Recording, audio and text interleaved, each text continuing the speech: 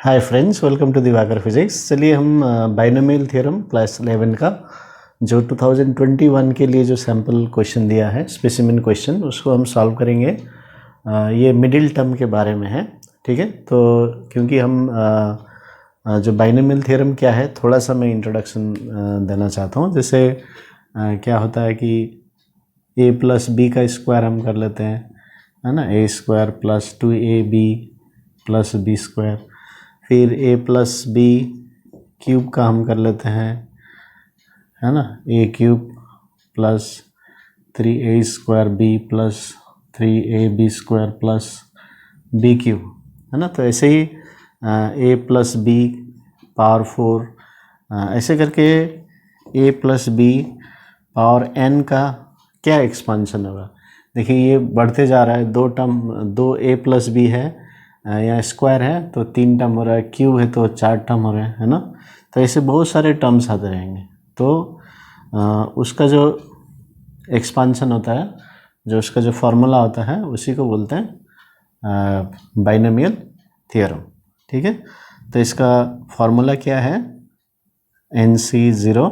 अभी यहाँ एक पैटर्न देख लीजिए, जिससे a का फुल पावर है और a कम होते जा रहा है, पावर 1 होते जा रहा है, फिर यहाँ डिसअपियर हो गया और b बढ़ते जा रहा है, सेकेंड टर्म बढ़ते जा रहा है। यहाँ भी आप देख सकते हैं पैटर्न, इस तरह से याद कर सकते हैं। जैसे a क्यूब है ना, फिर यहाँ स्क्वायर है, फिर यहाँ 1 है, फिर यहाँ 0 है। वैसे ही यहाँ b 0 है, फिर b 1 है, 2 है, 3 है। तो ऐसे करके पैटर्न में ये आता है ना। तो इसलिए इसको फॉर्मूला आता है NC0, है ना, first term. So a n-0, जैसे a n है तो यहाँ 3 है तो 3 आ गया, तो लेकिन n-0 पैटर्न देख लीजिए। फिर b 0, ठीक है। फिर NC1 a to the power n-1 b to the power 1 plus ऐसे ऐसे चलते जाएगा, है ना। लास्ट में क्या आएगा, NCn, n तक जाना हम लोगों को, है ना। तो फिर a to the power n-n 0 हो जाता है, तो गायब हो जाता है, फिर b इसमें n आ जाता है। तो ये एक्सप्रेशन है, ठीक है। अभी यहाँ पर मैंने जो ये जो c लिखा है ना, NC0, इसका मतलब क्या है, ये कॉम्बिनेशन है, ठीक है। तो इसका जनरल फार्मूला इस तरह से लिखते हैं। तो n फैक्टोरियल, ठीक है, n फैक्टोरियल, फिर r factorial, n minus r factorial, इसका फार्मूला होता है, जो आपको कॉम्बिनेशन में हम सीखेंगे बाद में। ओके, अभी ये जो n फैक्टोरियल क्या है, तो इसको समझने के लिए जैसे मान लीजिए 5 फैक्टोरियल है, तो 5 फैक्टोरियल का मतलब होता है 5 इंटू 4 इंटू 3 इंटू 2 इंटू 1 तक आना है। तो जो नंबर है ना, 4 फैक्टोरियल है, तो 4 इंटू 3 इंटू 2 इंटू 1 तक आना है, ठीक है। तो ये फैक्टोरियल का मतलब होता है। तो जो नंबर आया उसको इंटू इंटू करके 1 तक आना है। तो अभी जैसे ये 5 फैक्टोरियल को हम क्या लिख सकते हैं, देखिए 5 इंटू 4 फैक्टोरियल लिख सकते हैं।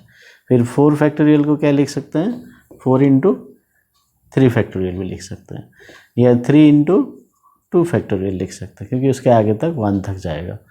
तो इसका आइडिया है। तो ये पैटर्न से इसमें इसको बोलते हैं binomial theorem. So expansion of a plus B to the power n। अभी यहाँ पर यदि माइनस आ जाता, यदि यहाँ माइनस आने से a minus B whole square का फॉर्मूला क्या होता है, तो a square minus 2ab plus B square. तो देखिए यहाँ अल्टरनेटली प्लस माइनस प्लस ऐसे आ जाता है। तो यहाँ भी है प्लस माइनस ऐसे आ जाता है। तो इसलिए यहाँ भी प्लस फिर माइनस प्लस माइनस ऐसे करके अल्टरनेटिवली ये टर्म आ जाता। तो उस तरह से हम सीख सकते हैं। तो a plus B to the power n, a plus B a minus B to the power n का हम जो एक्सप्रेशन आता है उसको बोलते हैं बाइनोमियल थ्योरम, ठीक है। तो अभी नेक्स्ट हम देखेंगे general term.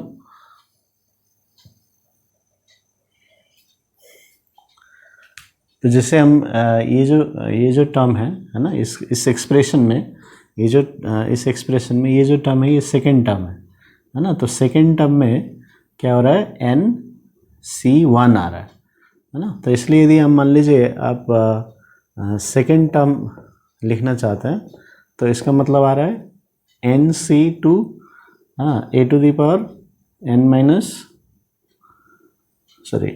NC1 n-1 b to the power 1 आ जा रहा है, ठीक है।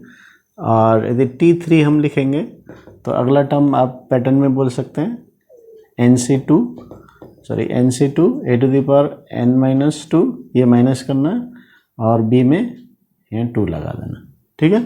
तो इसलिए यहाँ जब 3 है तो यहाँ पर एक कम हो जा रहा है, तो इसको हम r+1th टर्म लिख लेंगे। इसको जैसे 2+1 लिखेंगे, है ना।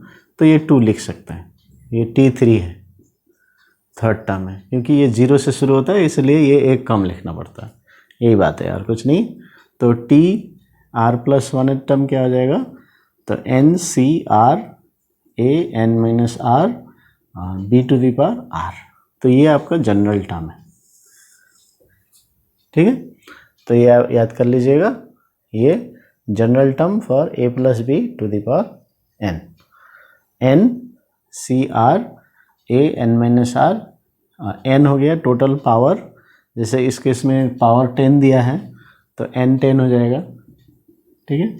अभी मान लीजिए फिफ्थ टर्म निकाल लीजिए, हाँ, तो फिफ्थ टर्म निकालना है तो T5 हो गया, सो T4 + 1 हो गया। तो यहाँ r इजिकल टू 4 लेके करना है, तो r इजिकल टू 4 पुट करेंगे और n को 10 पुट करेंगे, तो इस एक्सपेंशन का जो है वो फिफ्थ टर्म आ जाएगा। तो ये कहने का मतलब है, ठीक है। तो ये हो गया आपको जनरल टर्म। अभी हम आएंगे मिडिल टर्म, है ना। मिडिल टर्म का फॉर्मूला पढ़ेंगे, फिर उसके बाद जनरल टर्म का ही फार्मूला पुट करके हम सॉल्व करेंगे। तो देखिए मिडिल टर्म जब हम देख रहे हैं यहाँ पर a+b² होता है ना, पावर 2 है देखिए, तो यहाँ पर 3 टर्म आ रहे हैं, तो ये मिडिल टर्म हो गया। और क्यूब में ये 3 रहता है तो एक ज़्यादा टर्म यानी कि 4 टर्म्स आएंगे, तो 4 टर्म्स होने से middle term there are 2 middle terms, ठीक है। तो इसलिए ऑड और इवन पावर के हिसाब से मिडिल टर्म्स होंगे। तो यहाँ भी यदि n इवन हो गया तो एक ही मिडिल टर्म आएगा, that is n/2 + 1th term. तो जैसे 2 + 1 3 है ना, n/2, सो 2/2 1, 1 + 1 2, यानी कि सेकेंड टर्म आ गया। तो इसी तरह ऑड रहता है तो 2 मिडिल टर्म होंगे, तो n+1 ऑड है इसलिए +1 करेंगे, डिवाइड कर देंगे, सो n+1/2th टर्म एंड उसका अगला वाला term that is n+1/2 + 1th term, next term. तो यह n+3 भी लिख सकते हैं, इसको n+3/2th टर्म भी लिख सकते हैं। तो ये हो गया मिडिल टर्म का फॉर्मूला। अभी ये टर्म है, ये वाला टर्म मिडिल टर्म है, तो वो पर्टिकुलर जो जनरल टर्म से हम फिर मिडिल टर्म निकाल सकते हैं, ठीक है। तो ये हो गया। तो चलिए हम अभी जो क्वेश्चन है, स्पेसिमेन क्वेश्चन है, उसका मिडिल टर्म निकाल लेते हैं। तो चलिए अभी इसका मिडिल टर्म निकालने के लिए हम क्या देखेंगे, n कितना है, n हो गया 10, है ना, ये है इवन। तो इवन है तो मिडिल टर्म कौन सा होगा,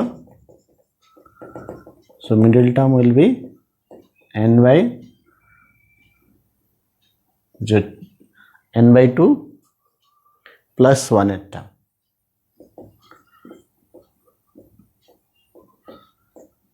n/2 + 1th टर्म, ठीक है।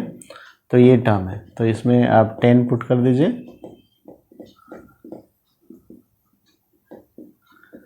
तो 5, तो ये 6th टर्म हो गया। तो आपको T6 निकालना है, ठीक है। अभी T6 निकालने के लिए क्या करेंगे, T5 + 1 करेंगे, क्योंकि एक कम लेना है ना, तो r+1 होना चाहिए। तो इसका मतलब है r = 5 और इसमें n = 10। तो ये जो 6th टर्म निकालने के लिए r = 5 और n तो उस एक्सप्रेशन का बाइनोमियल का पावर ले लेना है, ठीक है। तो कौन सा टर्म मिडिल टर्म है, 6th टर्म, तो 6th टर्म के लिए r5 लेना है, ठीक है। तो अभी तो मिडिल टर्म हो जाएगा एन सी आर क्या पढ़ा था, ए एन माइनस आर और बी में आर। अभी एन का वैल्यू पुट कर दीजिए 10, सी आर है 5, ठीक है।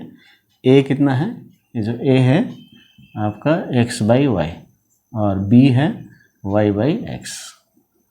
सो x by Y n minus R, so 10 minus 5 और b है y बाई एक्स, ये 5 हो गया, ठीक है।